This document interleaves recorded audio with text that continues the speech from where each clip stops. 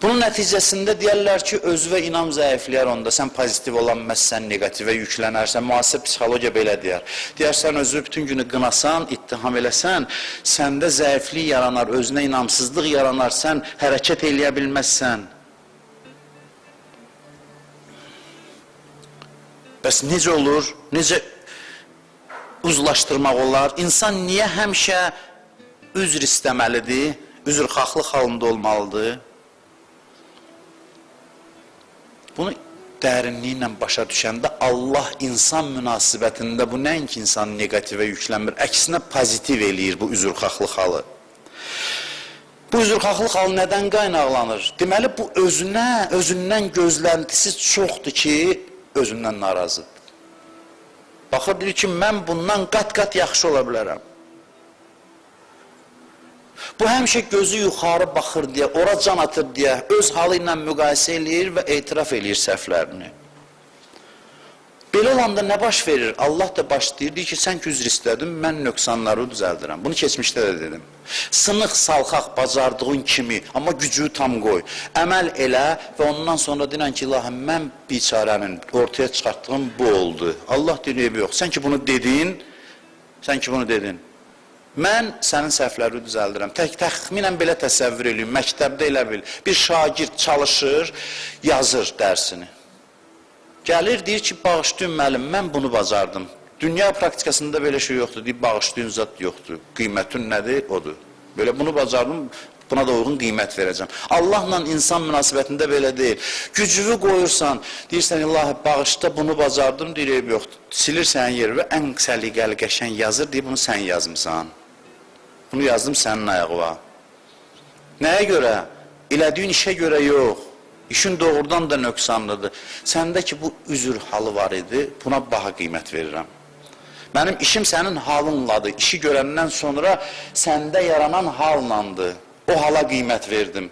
O hal səbəb oldu ki, işimin əyri əskiyini düzəltdim. Mən sənin əvəzvə. Amma sənə yazdım. Maraqlıdır. Özünü günahkar bilən adam insanların işlərinin müəllifi Allahdır, amma adı bunundur. Bütün əməllərini Allah eləyir. Əyri əskiyini Allah düzəldir, yazır bunun adına. Deyir, sən özün elədin. Sən özünü düzəltdin. Belə halda adam nəinki negativə yüklənmir. Qəribə bir münasibəti yaranır Allahla. Əksinə pozitiv olur. Üzr istəməklə ümid eləyir ki, Allah mənim əvəzimdə düzəldəcək, Allah da düzəldir. Ona görə bu üzrxahlıq halı bunda pozitivlik yaradır. Məsəl üçün, sən dərzisən, misal deyirəm, dərzi, ya hansısa bir peşənin sahibi. Məsələn, bir mötəbər adam deyir ki, mənim üçün məsələn, lap mötəbər imamdır, məsum imam. Məsum imam sənə sifariş eləyir, deyir ki, mənim paltarımı, əbamı sən tik. İndi burada nə hal yaranır insanda? Ki, nə qədər adamın içindən niyə görə məni seçdin? Mənə nə lütf elədin? Həyəcan gəlir adama, həyəcan. Həm də məsuliyyət gəlir. Hey, tikirsən, bəlkə də sökürsən, təzdən tikirsən ki, layiqli bir şey ortaya çıxardım, gör kimə paltar tikirəm. Burada bir həyəcan, özünü qınama, öz işindən narazılıqla yanaşı bir şövq də var. Axırda da ona təqdim edirsən, 100 dəfə üzr istəyirsən ki, sizə layiq deyil, bacardığım bu oldu. O da deyir ki, təşəkkür edirəm, nə gözəl paltardır. Sən üzr istədikcə, o da sənə təşəkkür edir. Bax, istiğfar belə bir haldır insanda, belə bir halətdir insanda. Belə bir münasibətdir Allahla. İnsan utandıqca ucalır burada. Utandıqca ucalır. Mən belə bir misal deyim, sizdən birinə vəh gəldi. Dedilər ki, bugünün şam namazı, axşam namazı. Ancaq sənin üçündür, azan sənin üçün verilir yer kürəsində. Bütün göylərə Allah deyir ki, diyanım bu filan bəndən mənə ibadət gətirib. Günəş bugün sənin üçün dövran eləyir, gün batır, qaranlıq çökür, hamısı sənin üçündür. Bütün kainat şəxsən sənə görə iş görür, fəaliyyətdədir. İndi sən bilirsən ki, bu namaz dünyada bir dənə mənə baxırlar. Hansı halla gəlirsən namaza? Məsuliyyət, həyəcan və günahkarlıq halıyla ki, mən nə təqdim eləyəcəm ki, Allah bütün dünyaya, varlıq aləminə deyib, diqqət, bu namaz qılır, görək nə eləyəcək? Görək nə edəcək? Gəlib necə dayanırsan Allahın huzurunda? İnandırım sizi ki, hər bir insan hər gün, hər namazını belə hesab eləməlidir ki, belədir də elə. Sən deyirsən, çox adamlar var. Allah üçün bir sən varsan, bir özü. Bir sən varsan, bir özü. Bunu başa düşmək lazımdır. Allahda haçalanma yoxdur, milyard dənə bəndəsi var, milyard yerə bölünüb Allah yox. Allahın Allahlığı ondadır ki, hər kəslə təkdir. Elə bil ki, bir bəndəsi var. Bu elə həqiqətdə də belədir. Hər gün sən namaza dayananda deyilən ki, bir dənə məni yaradıb və bütün dünya varlıq mənim üçün dövrə vurur ki, mən durub indi namaz qılacam və hər yana deyir, sakit görək bu neynəyəcək. Onu qılandan sonra adam necə xəcalət çəkər ki, gəlib, bu da mənim elədiyim ibadət. Hər gün bu halda olur. Çünki doğrudan da belədir. Bütün varlıq sənə görə dövriyyədədir. Şəxsən sən filan kəsə görə, bizə görə yox, mənə görə, şəxsən mənə görə. Çünki Allah üçün fərqi yoxdur. Milyard bəndəsi var, neçə milyard bəndəsi var, fərqi yoxdur. Hamıyla tək-tək münasibət qurur. Bir mötəbər insan, mötəbər adam deyə sizə qonaq gəlirəm, xanım evdə yemək pişirəndə necə diqqətli eləyər? Ki, gör kim gəlir, diqqətli eləyər ki, nöqsana yol verməsin. Ləziz yeməyi qarşısına qoyar, yenə 100 dəfə üzr istəyər ki, ağa bağışlayın, bunu bacardıq. Hətta bizim evimizə qonaq gələndə üzr istəyir ki, nəsə kəmkəsir oldusa, çatışmayan nəsə oldusa üzr istəyirəm.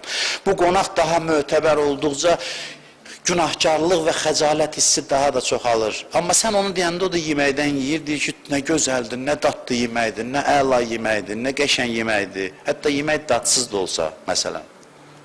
Sən daha da xəcalətə düşürsən ki, gör bu mənim elədiyim naqis işə nə qədər minnətdarıq. Bu bəndə ilə Allahın münasibəti budur. Burada özünü qınama var, amma bədbinlik yoxdur. Çünki sən münasibətin elə fəzasına daxil olursan ki, orada nəvaziş görürsən. Üzrxahlığın əvəzi nəvazişdir.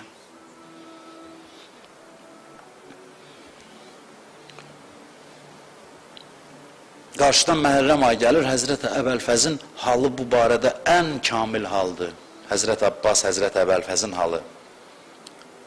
Niyə görə ona deyirlər, şəhidlər içində ən üstünü? Mənim fikrimcə şəhidlər içində ən özünü qınayanı oydu. Ən özünü günahkar biləni oydu. Hamısı elə idi Kərbəla şəhidlərinin. Ən başında o dayanırdı.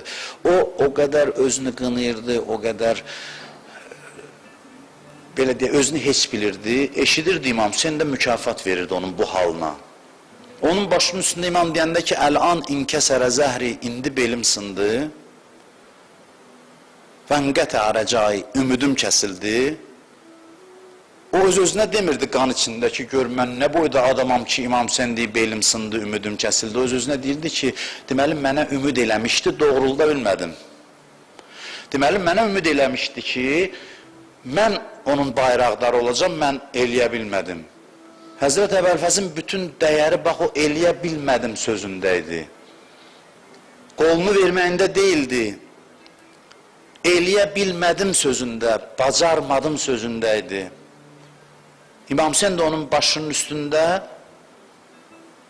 o şəkildə danışırdı. O formada, o şəkildə ona dəyər verirdi, qiymət verirdi. Ona görə də insanda birinci növbədə istiğfar halı yaranmalıdır ki, insan qəflətdən oyansın. Qəflətin dərmanı budur.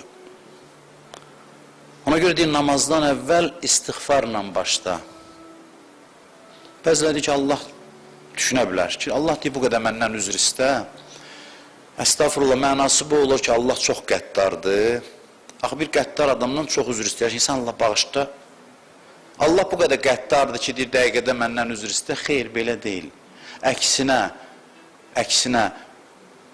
insan üzrxahlıq halında olmayanda Allahla insan arasında bir qürur və təkəbbür divarı olur. O divar rəhmətin insana axmasına imkan vermir. İstiğfar halı yarananda o divar yarılır deyə rəhmət axır insanın qəlbinə. Ona görə deyir, həmişə bu halda ol ki, həmişə rəhməti qəbul eləməyə hazır olsun sənin ruhun. Sən o maniyələri aç istiğfarla. Çünki qürur və təkəbbür imkan vermir ki, rəhmət sənin qəlbinə axsın, gəlsin. Ona görə namazdan əvvəl Bir dənə söz var Həzrət Əlidən deyim və başqa bir mövzuya toxunmaq istəyirəm bugün. Həzrəti Əli əleyhissalam buyurur ki, qəflət və qürurun sərxoşluğu içkinin sərxoşluğundan, şərabın sərxoşluğundan artıqdır. Qəflət və qürur özündən razı olan insan sərxoşdur. Ona söz kar eləməz, ona moizə eləməyin mənası yoxdur. Ona heç nə xeyir olmaz. Necə bir adam piyandır, sərxoşdur, deyirsən ki, qoy ayılsın, sonra danış, o ağlı başında deyirsən, eşitsin. Sən də qürura qapılmısansa, qəflətdə sən özündən razısan, mənim məqamım, mənim işim, mənim mövqeyim, mənim ibadətim, nəyəsə arxalanıb gəzirsənsə, deyir ki, əvvəl bir dərman at, ayıl. Dərman at ki, bəzi dərmanlar adamı ayılda bilər. Ayıl. Ayıl ki, sənə söz təsir eləsin, sənə namaz təsir eləsin. Ona görə bəziləri belə təfsir edir. Deyir ki, Quranda ayə var, içkili halda namaz, sərxoş halda namaza yaxınlaşmayın. Sukara, sərxoş halda. Onun iki mənası var. Bir, əvvəl deyirlər, müsəlmanlar içki içirdi, qəti haram ayəsi gəlməmişdi hələ. Deyir, heç olmasa namaza içkili halda yaxınlaşmayın. Amma irfani təfsirinə də deyir ki, sərxoş halda namaza yaxınlaşmayın. Yəni, qürur halında namaza yaxınlaşmayın. Ona görə deyilən, namazdan əvvəldən əstəğfirullah Rabbi və tubulə ayıl ki, dediyin sözlər qəlbi və təsir qoysun. Dediyin sözlər ürəyivə təsir göstərsin. İstiğfarla namaza daxil ol. Ya muhsin, qəd ətəkəl musi, ey mühsin, ey ehsan edən, günahkar qapıva gəlib, bu ilə başla namaza. Duaya deyir istiğfarla başla ki, dua təsir eləsin. Qədir gecəsi, dua gecəsidirsə deyir, oyan əvvəl, oyan istiğfarla, sonra. Hər gecə deyir, istiğfar elə. Bu qürur elə bir şeydir, elə bir sərxoşluqdur ki, ondan insanı ancaq istiğfar oyada bilər. Hansısa nöqtəyə çatmaq ümumiyyətlə məqsəd deyil dinimizdə. Arası çatmaq məqsədi qoymaq yoxdur. Yəni, bu son məqsəd, son nöqtə, çatdım və salam ilahi, mən çatdım.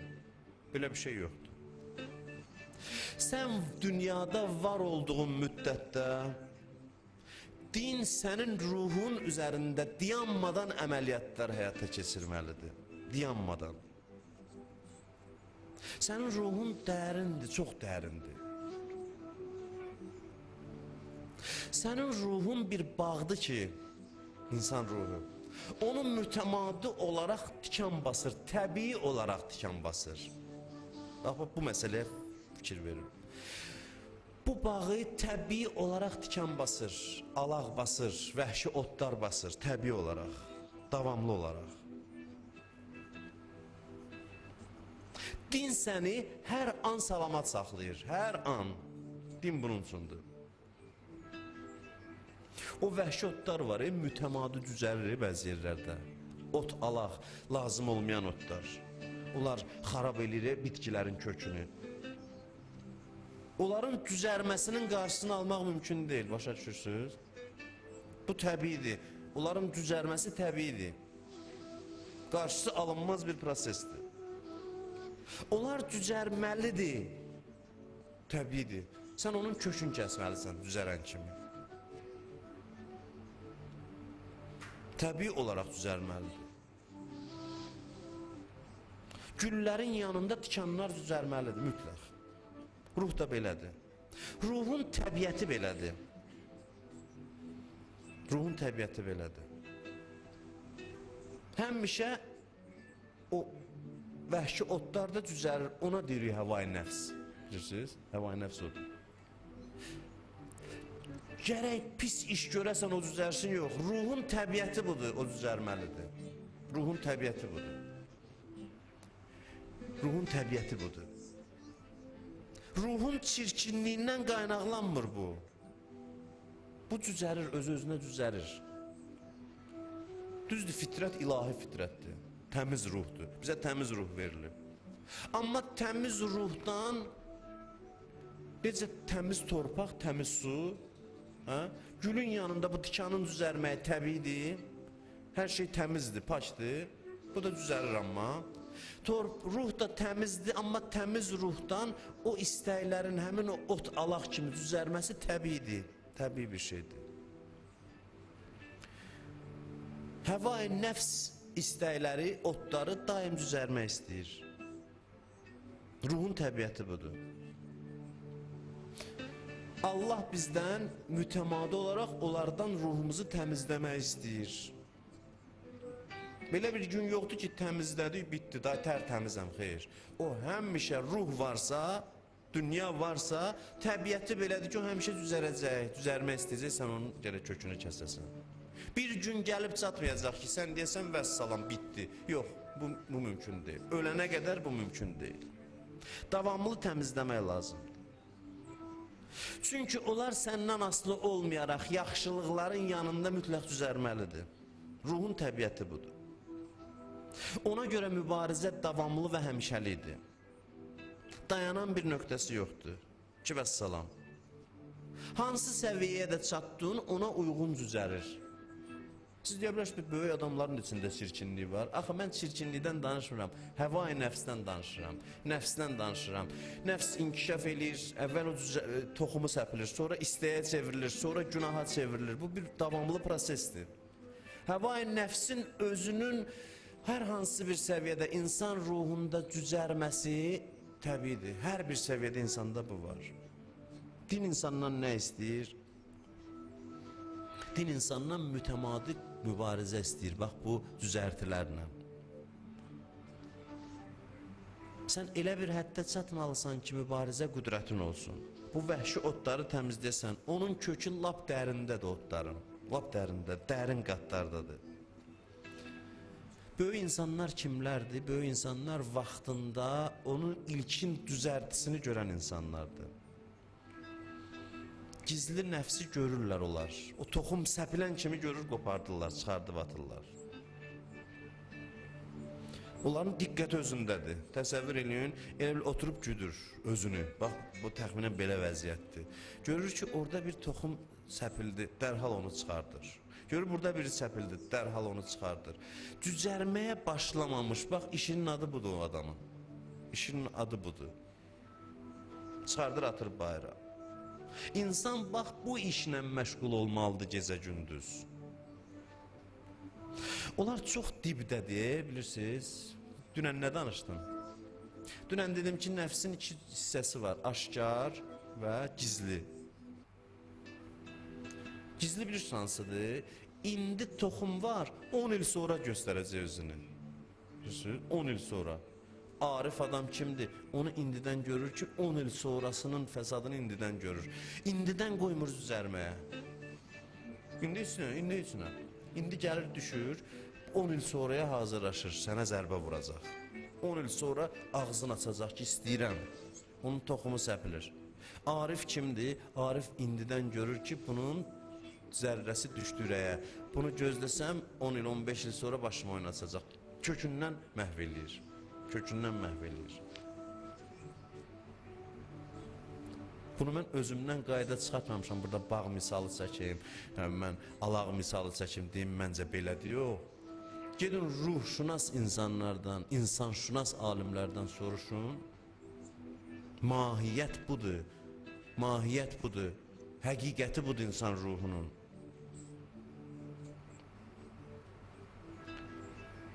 İnsanın ruhunda olan güllər bəzən nə ilə qidalanır? Bu alaqlar da onunla qidalanır. Bu alaqlar da onunla qidalanır. İbadət eləyir. Necə suyu verirsən, bitkidə qidalanır. O tikan da qidalanır. Ruh da belədir. İbadət eləyirsən, gözəl xislətlər var da, içində onlara yem verirsən, qidalandırırsan, böyüdürsən, onun yanında həmin o ibadətdən o da qidalanır. O nəfsani istəyi də qidalanır. O təbiidir. Ona görə bizim işimizin adı nəfslə mübarizədir ki, onu dərhal çıxardaq, qoy ancaq güllər qidalansın. Eşitmişsiniz də, tibbdə də deyirlər, bəzi xəstəliklər var. Ağır xəstə, məsələn, xərçəng haqqında mən bunu eşitmişəm. Deyirlər ki, insan yaxşı qidalandıqca vitamin qəbul edir, o da çiçəklənir. O da inkişaf edir. Ona görə, məsələn, güclü, məsələn, qida əvəzləyən, məsələn, deyirlər, dərmanlar vermirlər. Mən bilmirəm, buna həkimlər daha dəqiq bilirlər. Amma belə xəstəliklər var ki, sağlamlığa səbəb olan həmin o qidalar, onların da inkişafına səbəb olur. Mənəvi məsələlər də belədir. Mənəvi məsələlər də belədir. Həmin o ibadətlərdən ki, müsbət xüsusiyyətlər qaynaqlanır, qidalanır, həmin o ibadətdən bu nəfs də qidalanmağa başlayır. İbadəti özünə yemə çevirir, qida maddəsinə çevirir. Diqqət nədədir? Diqqət nədə olmalıdır? Bu kök salmağa başlayanda çıxarıb atasan. Yoxsa qidalanmağı təbiidir. O qalsa qalacaq. Onu çıxardasan. Böyük adamlar o gizlində olan toxumları aşkar eləyən insanlardır. Onlar onlarla mübarizədədir. Biz nə ilə mübarizədir? Biz günahla hələ mübarizə aparırıq. Nə vaxt bitəcək bizim günahla mübarizəmiz? Heç vaxt. Biz elə il keçdikcə günahlarla mübarizədəyik. Bitirə bilmirik bu mərhələni ki, keçək o nəfsin gizli hissələri var, orada görüləsi işlər çoxdur.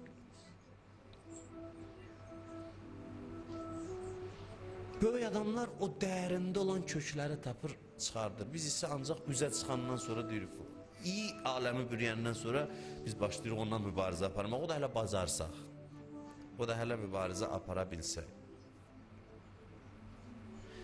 Din bizdən pak olmaq istəyir, təmizlənmək istəyir. Amma belə bir təmizlənmə deyil ki, deyək təmizləndin, get vəssalam, qutardı. Qəd əfləhə mən zəkkaha var belə ayə Şəms surəsində. Özünü təmizləyən nicat tapdı. Amma bu təmizləmə davamlı təmizləmədir.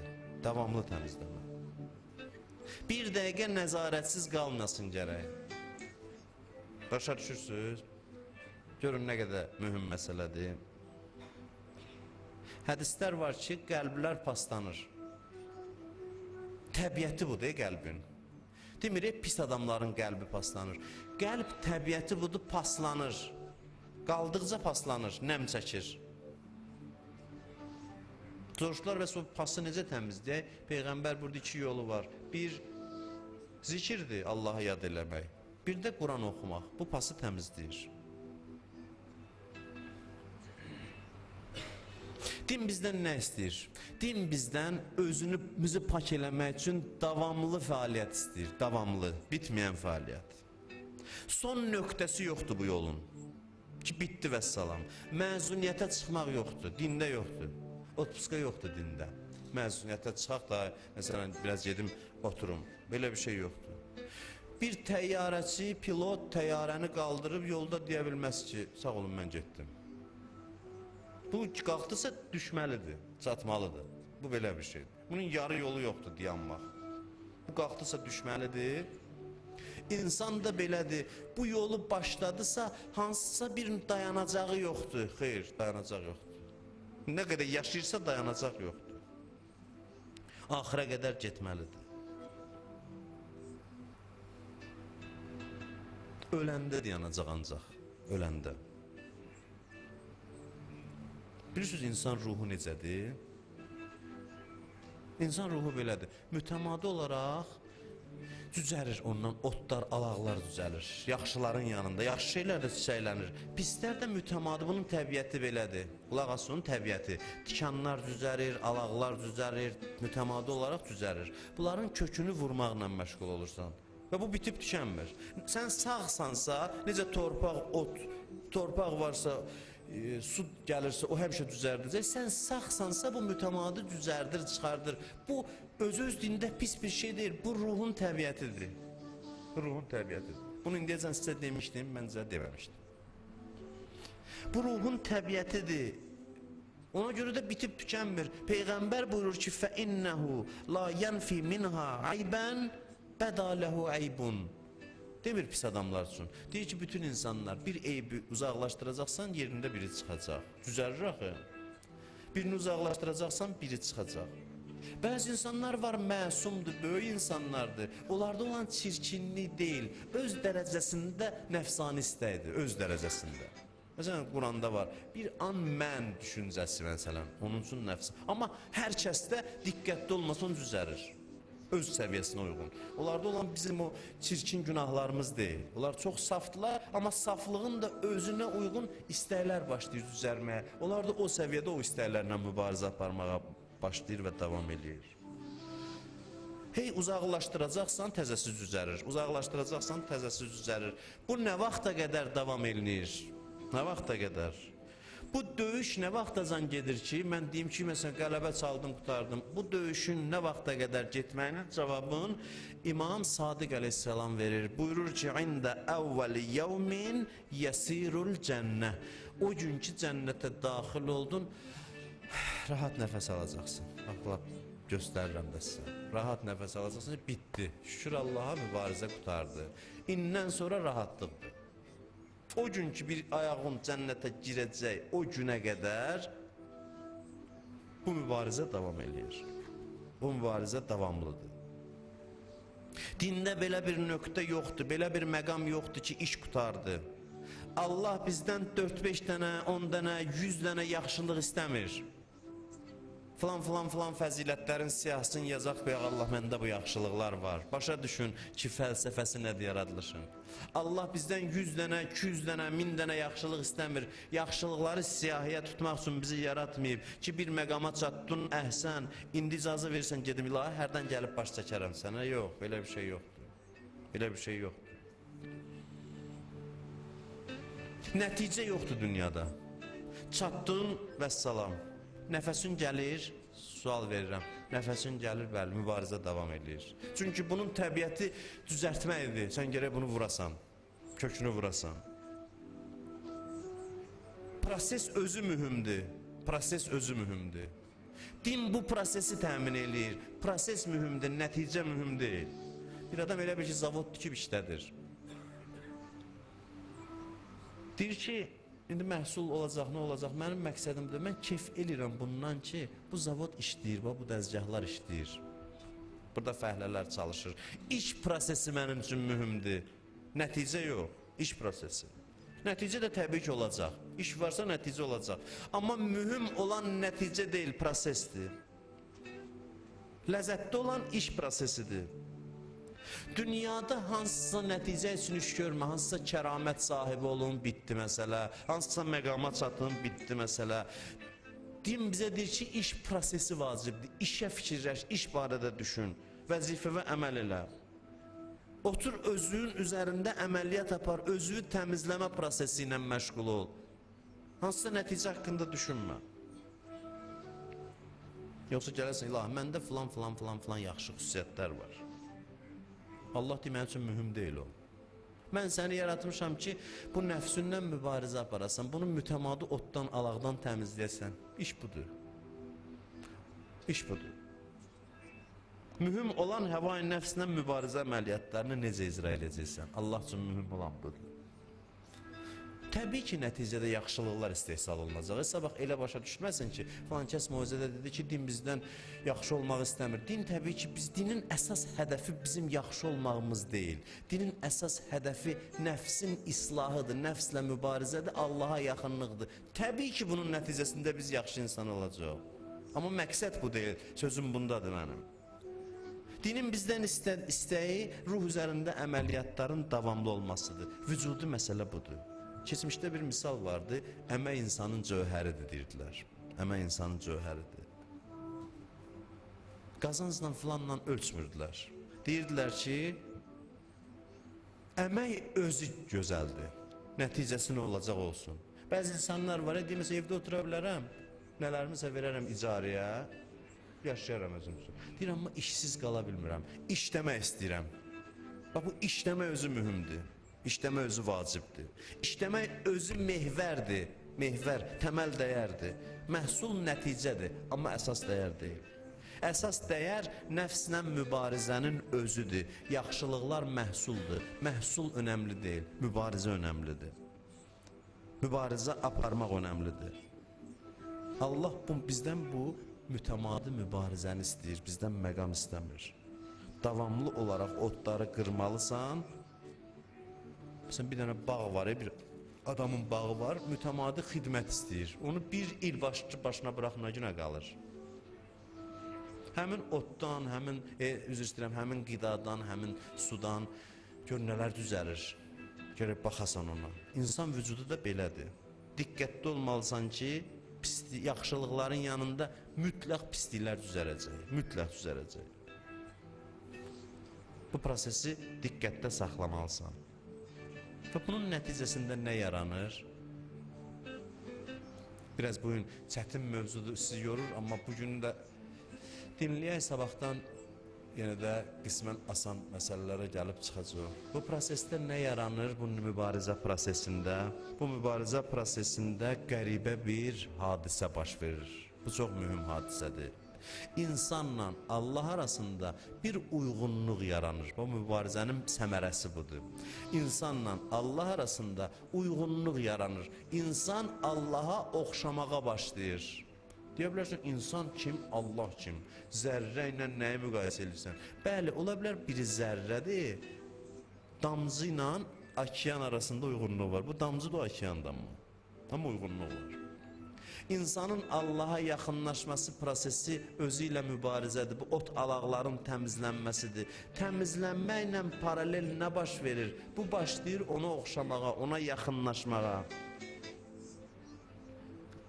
Allaha yaxınlaşmağa. Cənnətin qapıları açılır ruhunda, havası bunu ətri yayılmağa başlayır. İçi cənnətə çevrilir. Cənnət bağıdır içi, daxili. Qəlb gülüstana çevrilir, cənnət bağına çevrilir. Allaha yaxınlaşırsan bu prosesdə. İnsan nura çevrilir, amma bu nurun yanında həmişə zülmət də var. Ona görə həmişə gərək zülmətdən uzaq olasan.